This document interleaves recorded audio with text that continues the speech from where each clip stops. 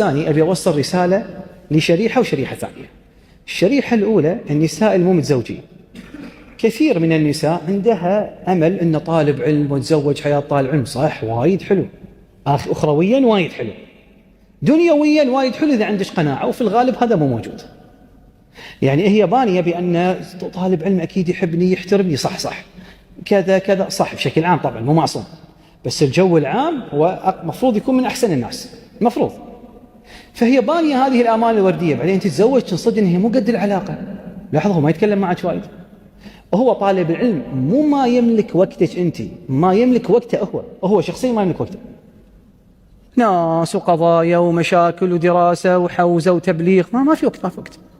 كثير من طلبة العلم أعرفهم قل ما يقعدون مع حريمهم، مو أنهم مقصرين، لا، هذه حياة طالب العلم، صح يقعد معاها وكذا بس ما يقدر، يعني في ترتبية، في مسألة، في هم أمه، هذا مو قصور في الزوجة، هذه لازم حتى يوصل هي تساعده. فهي بانية بأن الحياة وردية راح تكون معاه، أنت مو فاهمة السالفة. هي وردية من جهة صح لكن متعبة، يبي لها جهاد، يبي لها صبر عظيم. منو تتحمل أن هي قبل كم يوم كذي مع أحد المشايخ قاعد أسولف، قال لي أنا الحين بهالمضمون هذا أن أنا مو شايف زوجتي الحين إما بالمعنى الحقيقة والمعنى المجازي 3 أيام، يعني مو متواصلين تواصل يعني كلام وكذي، أو الحين احملها علي محمل، بس في النهاية واضح أن 3 أيام مشغول بمعنى مشغول، ممكن يصادفها في اليوم كلها 10 دقائق، هذا موجود. طبعا أنا ما قاعد أقول كذي حتى المرة تشيل من بالها أن تتزوج طالب علم، لا، غلط هذا، بس خليك قد القرار اللي بتفكرين فيه، طالع الجانب الإيجابي والجانب الصعب في حياة طالب العلم.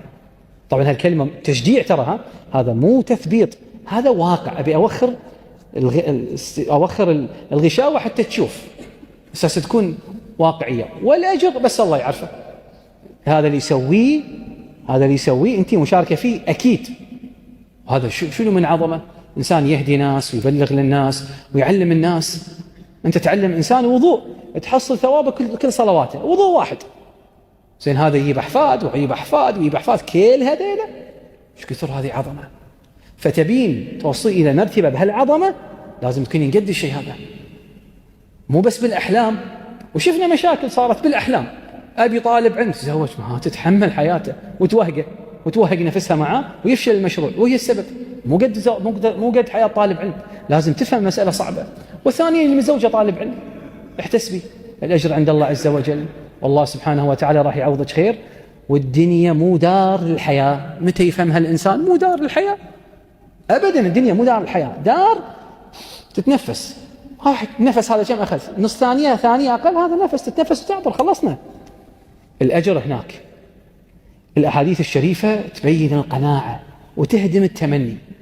أما هو حاط خطط، أتزوج أبي كذي وكذي وكذي وكذي وكذي وكذي وكذي، صح ممكن يكون من حق الإنسان، معنى هذا أمر فطري يطلبه، بس مو هذه الحياة، هذه مرتبة بس تنتقلها وتهدها. شفتوا هذول اللي تشوفونهم أكثر الناس أكيد، هذا نص القرآن الكريم، أكثر الناس رايحين، إما رايحين النار، هو القرآن يبين هذا الشيء، وإذا مو رايحين النار قطعا مرتبتهم قطعا مو عالية في الجنة، أكيد هذا. شوف الآيات سورة الواقعة، لأن هذه يبين لها قوة.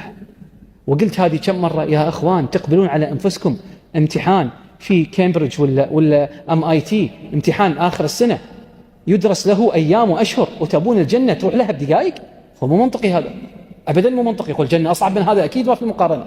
إذا كان ذاك الامتحان ما يعدي منه أحد، تبي الجنة الكل يعدي منها؟ مو منطقي هذا. والرواية تقول الجنة مو رخيصة، يعني الجنة مو شيء رخيص، الجنة رضوان الله عز وجل وهو أغلى شيء في الحياة. فهذا يبي له تفكير، هذا لو يتعدل حياتنا تتعدل. لو واحد يعيد حساباته شلون يفكر، الله عز وجل يغير حياته.